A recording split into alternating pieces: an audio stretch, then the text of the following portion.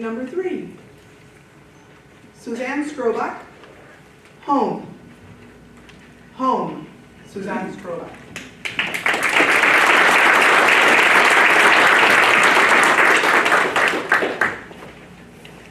What is home to you? Is it when you cozy up in your warm and cuddly robe? You smell and drink your favorite cup of coffee, turn on the TV show, and just be? Contest chair for the Toastmasters and friends.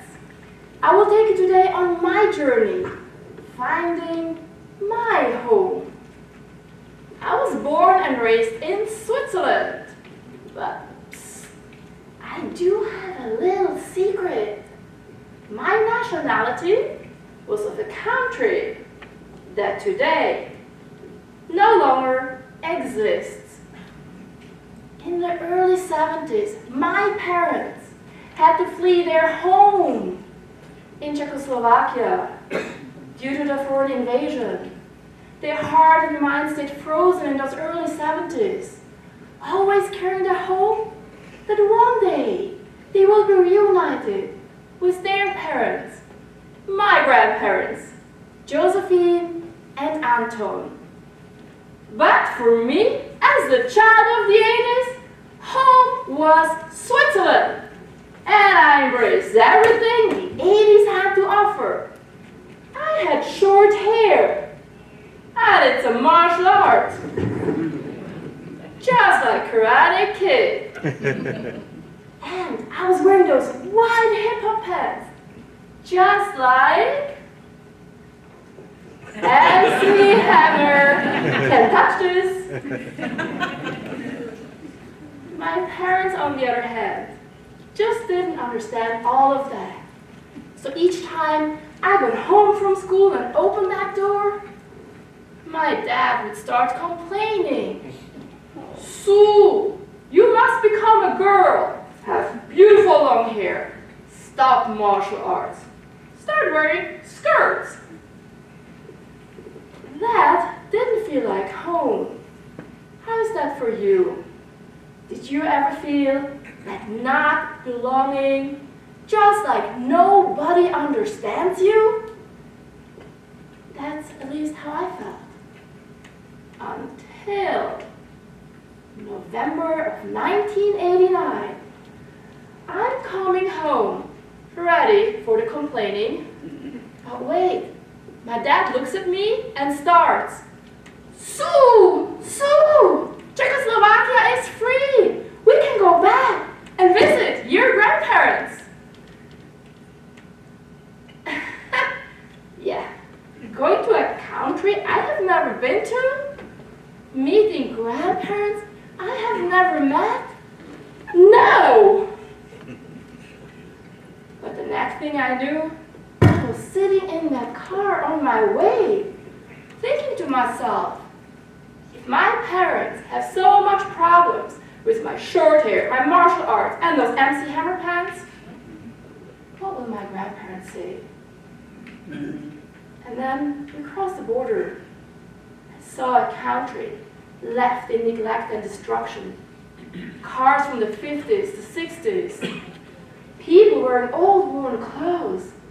And that should be my home? But the car kept driving and stopped in front of an old farmhouse. I saw an old woman with a headscarf. And as I was getting out of the car, Grandma Josephine just hugged me and put me close to her. All of my fear just disappeared in that moment. I felt in my heart how much she loved me. She put her arm around me and said, Sue, Grandpa Anton is waiting for you. Let's go home. My grandpa was very ill, so he spent most of his days resting in bed. But imagine, for me, he got up, he looks at me and smiles and says, Sue, welcome home. Those few days I was able to spend with my grandparents were the most magical days of my life. There was no complaining. There was just acceptance for who I was. Something my own parents were never able to give to me. And that's how I found home in the most unexpected place. A few days later, we went back to Switzerland. 4 days later, the call came. Grandpa Anton had passed away. Doctors gave him up decades ago. But he had a wish he held on to. And that wish was to meet his only granddaughter at least once in his life. And without his strengths, I would never have known how it feels to be home. Because home is here in my heart and nowhere else. People will always try to push and pull you around, tell you who to be, how to act, or even limit you. But once you understand that home is here in your heart, all of that outside noise will turn into a whisper and disappear. Is it time for you to welcome yourself back home? Some of you in here might be looking forward until this conference is going to be over, so you can go home, put that cuddly, cozy robe on. Some of you in here might be dreading to go back home. But what if I told you, it doesn't matter where you are already home. So stop searching on the outside and welcome yourself back home. Come, share.